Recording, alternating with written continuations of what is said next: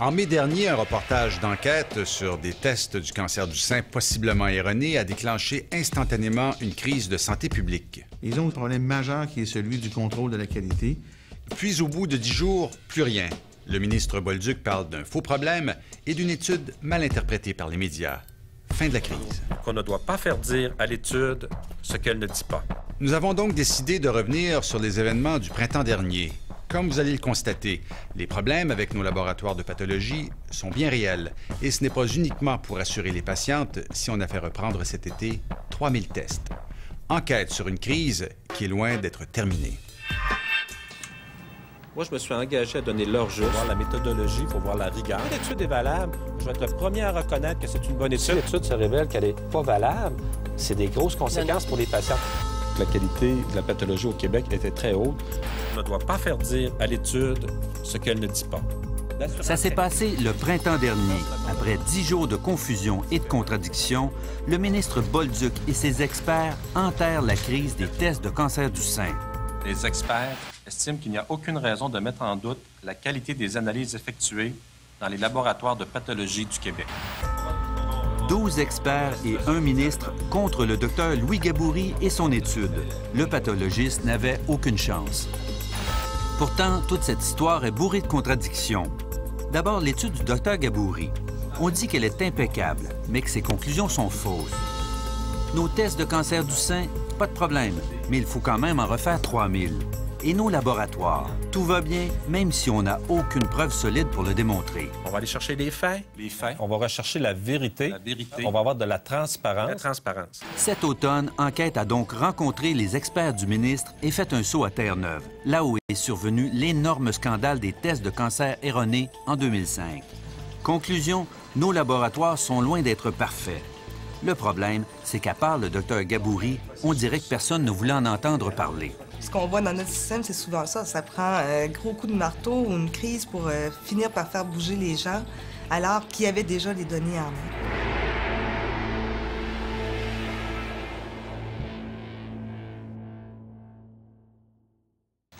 Le docteur Louis Gaboury s'intéresse depuis longtemps au scandale qui a éclaboussé les pathologistes de Terre-Neuve et qui a fait plusieurs centaines de victimes. Au printemps 2008, il démarre une étude sur la qualité des tests réalisés dans nos laboratoires. À ce moment-là, on était, disons, très inquiets que cette situation-là puisse aussi se passer chez nous. Un an plus tard, le docteur Gaboury présente ses résultats au Congrès des pathologistes du Québec. Ses inquiétudes étaient fondées, mais personne ne réagit, ni les médecins, ni le ministère. Déçu, il accorde une entrevue à Enquête avec l'appui de l'oncologue André Robidoux et du docteur Gaétan Barrette. Je pense que les pathologistes savaient, en faisant ce test-là, qu'ils allaient découvrir un grand nombre de problèmes. Et malheureusement, ça confirme la chose. Quand le docteur Barrette dit on est à un pas de Terre-Neuve, est-ce qu'on ne l'a pas déjà franchi? Écoutez, on n'est pas loin. Il y a des gens qui parlent de cheveux, il y en a d'autres qui parlent de pas. Bienvenue au Téléjournal. Ce soir, au Québec aussi, des tests erronés de traitement de cancer du sein. À la suite du reportage, le docteur Gaboury s'attend à tout, sauf à ce qu'on attaque son étude. Il faut voir la rigueur, il faut voir l'indépendance de l'étude. 3 jours plus tard, le pathologiste se retrouve au banc des accusés. Il n'y avait pas de lien avec l'étude. Mais qu'est-ce qu'elle disait vraiment, cette fameuse étude? Dans le jargon des spécialistes, c'est ce qu'on appelle un contrôle de qualité externe, un examen qu'on fait subir au laboratoire pour vérifier la qualité de leurs tests. Jusqu'à tout récemment, seule une demi-douzaine de nos laboratoires de pathologie avaient des contrôles de qualité externes. Ils ont un problème majeur qui est celui du contrôle de la qualité, qui est un problème crucial en pathologie parce qu'on comprend que la pathologie, c'est la fin de la ligne en termes de diagnostic. Le diagnostic final d'à peu près toutes les maladies au Québec se fait en pathologie.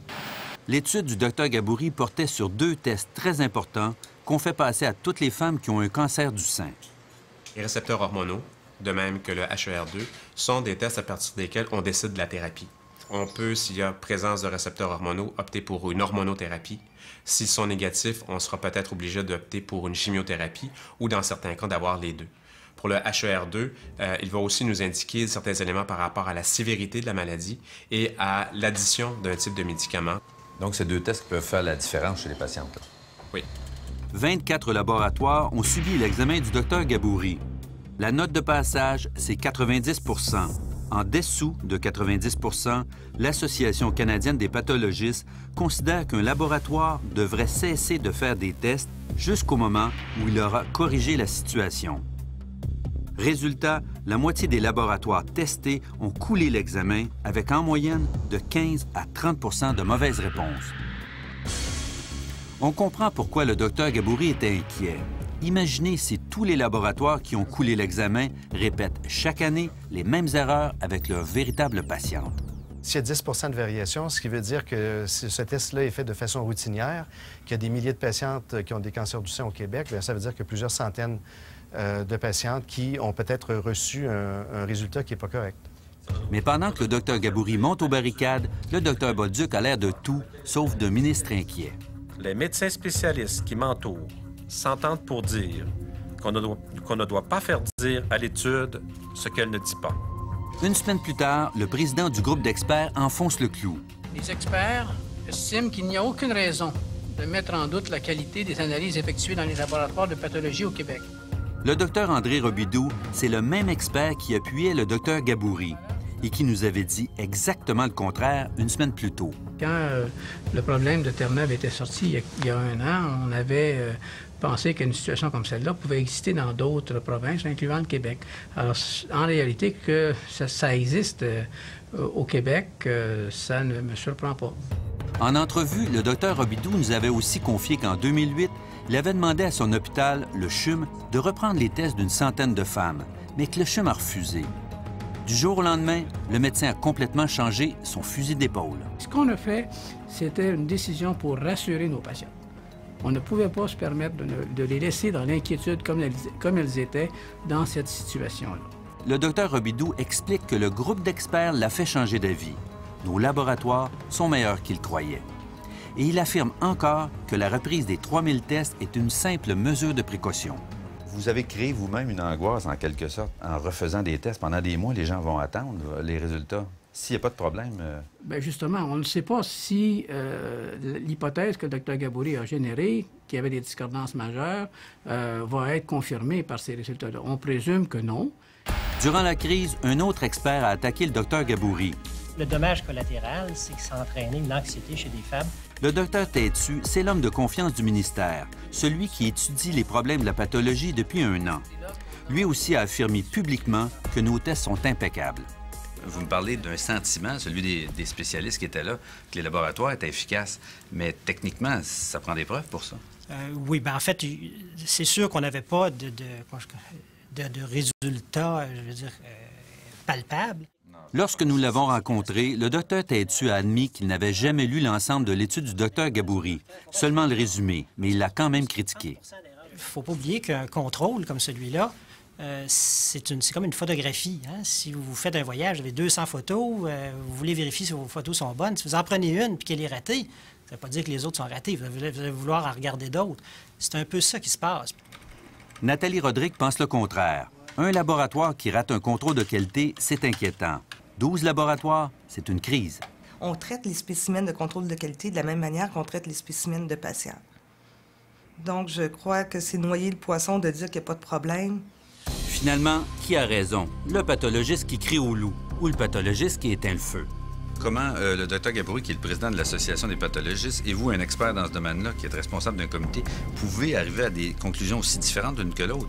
Dr Gaboury est sorti en ondes pour dire qu'il est inquiet. Vous me dites que vous ne l'êtes pas. Oui, bien en fait, mais le Dr Gaboury, par contre, est revenu avec le ministre pour, en fait, atténuer un peu... Dans le fond, dans tout ce battage médiatique-là, on ne sait plus là, qui est allé trop loin. La réponse, on l'obtiendra lorsque le ministre nous dira, en janvier prochain, combien il y a eu d'erreurs parmi les 3000 tests repris dans un laboratoire américain. Mais ce qu'on sait déjà, c'est que le Québec n'a pas compris ou pas voulu comprendre la leçon de Terre-Neuve. Pourtant, les Terre-Neuviens nous avaient prévenus. Le cancer du sein, c'est un sujet très, très délicat. The really hard thing that happened here in Newfoundland is that we found out about the problem through the media. And it was months and months before I actually was able, before the system contacted me and told me that in fact my pathology was probably wrong and that I was being retested. It was a mess. It was an absolute mess. It was a communications mess. It was a PR mess. It was just one great big mess. Après la pause, les leçons de Terre-Neuve, où des centaines de femmes ont été victimes des tests de cancer du sein erronés, dont certaines en seraient mortes. It's a big, scary thing, cancer. Investissez dans vos laboratoires.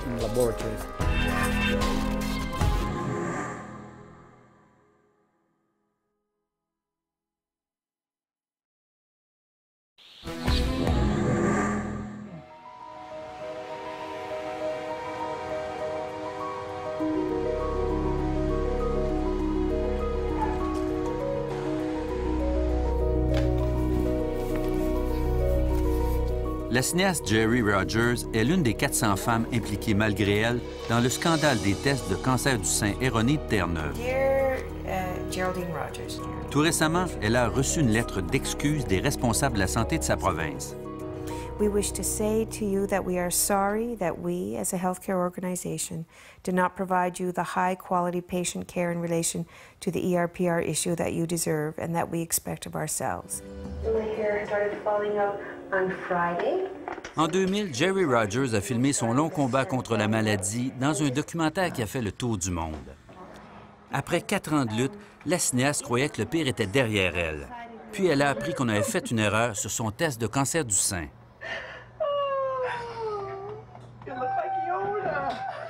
It's a big, scary thing, cancer. But then to get news that something went horribly wrong is really tough. Because that system that you're depending so much on to get it right has gotten it wrong. It's hard. I'm Margaret Cameron, and I'm the commissioner. À Terre-Neuve, le scandale des tests erronés a atteint des sommets en 2008 avec la commission d'enquête Cameron. 4 mois d'audience diffusée en direct, une centaine de témoins, un rapport de 1500 pages. Les Terre-Neuviens sont encore sous le choc. Le nom Eastern Health est maintenant associé au problème des tests erronés et à tout le scandale qui l'entoure. Et tout ça a mené à une érosion de la confiance du public. Les gens se disent, si vous ne pouvez pas réussir quelque chose d'aussi simple qu'un test, comment allez-vous réussir à me traiter correctement? La commission Cameron a découvert que le cœur du problème, c'était le laboratoire lui-même. Le manque de techniciens, d'équipements, de contrôle de qualité, la complexité du test. On s'est dit dès le départ, et cela en se basant sur la littérature médicale, qu'un grand nombre de laboratoires en Amérique du Nord et en Europe avaient des problèmes semblables aux nôtres. On savait très bien qu'on n'était pas un cas unique. Au Québec, le Dr Gaboury est arrivé aux mêmes conclusions il y a déjà plusieurs années. Dans les hôpitaux au Québec, les départements de pathologie sont dans une situation qui était catastrophique, qui était à plusieurs reprises dénoncée, et nous battons bec et ongle pour changer les choses. La différence entre les laboratoires de Terre-Neuve et nos laboratoires, c'est qu'ici, il n'y a pas encore eu de scandale. Alors même si le Dr Gaboury s'est plaint, on a fait semblant de ne pas l'entendre. Ça fait quand même des années que vous travaillez ce dossier-là, et la réponse est toujours la même? Il faut se rendre compte que dans les officines du gouvernement, ça avance à vitesse petit V. En fait, depuis 4 ans, le Dr Gaboury a fait le tour du ministère de la Santé, soumis un rapport, déjeuné avec un sous-ministre et participé au comité du Dr Bernard Têtu. En février dernier, il a aussi écrit à plusieurs hauts responsables en parlant d'un dossier prioritaire et de l'urgence d'agir. Et en avril, il a demandé au Dr Barrett de défendre sa cause auprès du ministre Bolduc, toujours sans succès. Le Dr Gaboury a tenté de sensibiliser les gens à la tête du gouvernement, les hauts fonctionnaires, à ce problème-là.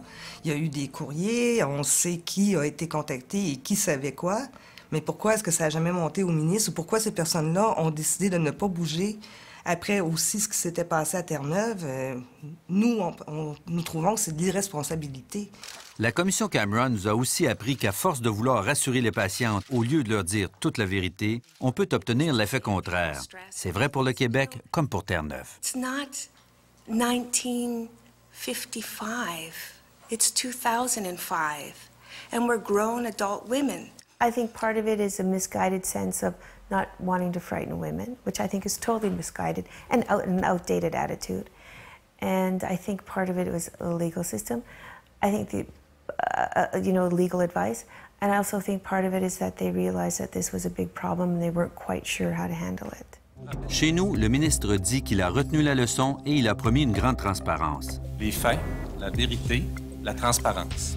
Mais dans les faits, le ministère refuse nos demandes d'entrevue, rejette nos demandes d'accès à l'information et interdit aux hôpitaux de divulguer les résultats des 3000 tests refaits aux États-Unis. Le Québec a également limité la reprise des tests à une période de 14 mois, alors qu'à Terre-Neuve, on est remonté 8 ans en arrière dans le dossier des patientes. On a choisi de remonter 8 ans en arrière parce qu'on était capable de démontrer qu'on pouvait avoir un impact positif sur la santé de certaines femmes, même en remontant loin dans le temps. On a pensé aux patientes d'abord et essayé d'en rejoindre le plus grand nombre possible. 8 ans à Terre-Neuve, 14 mois ici. Comment expliquer la décision de nos experts? Ce que les cliniciens nous disent, c'est qu'ils ne voient pas la pertinence actuellement d'aller plus loin en arrière. On va voir avec les résultats qu'on va obtenir, quelle décision on va prendre. C'est certain que si on a des laboratoires qui sont complètement dans le champ, à ce moment-là, on reconsidérera puis on établira des critères, savoir si on doit reprendre davantage. Depuis le printemps dernier, tous les laboratoires du Québec sont inscrits à un programme de qualité externe. Le Dr Gaboury a finalement obtenu ce qu'il voulait. Heureusement parce qu'à Terre-Neuve, la qualité était absente et il a fallu 4 ans pour tout remettre en ordre. La qualité coûte cher, mais l'absence de qualité coûte extrêmement cher. C'est d'ailleurs le seul conseil que je peux vous offrir. Investissez dans vos laboratoires. En fait, je pense que c'est une crise qui n'aurait pas dû en être une. Comme plusieurs spécialistes, le Dr Soulière croit que le traitement qu'on a réservé au Dr Gaboury démontre qu'il y a un sérieux problème d'organisation dans la gestion de toute l'oncologie au Québec. Ça nous montre vraiment à quel point on est très en retard au Québec par rapport à une organisation structurante de l'oncologie qui fait en sorte que l'on connaît ce que l'on fait, qui le fait, comment on le fait et comment on devrait le faire dans le futur.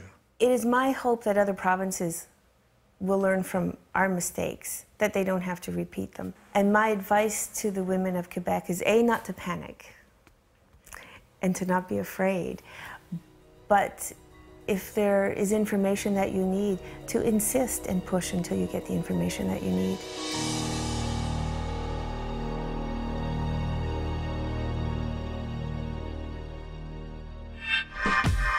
Le 30 octobre dernier, le recours collectif intenté par les 400 victimes du scandale des tests erronés sur le cancer du sein à Terre-Neuve s'est finalement réglé à l'amiable pour une somme de 17,5 millions de dollars. Au Québec, une demande de recours collectif a été faite en juin. Parmi les femmes inscrites, on compte maintenant 5 patientes dont le test a été repris aux États-Unis et qui démontrent une erreur dans le premier résultat.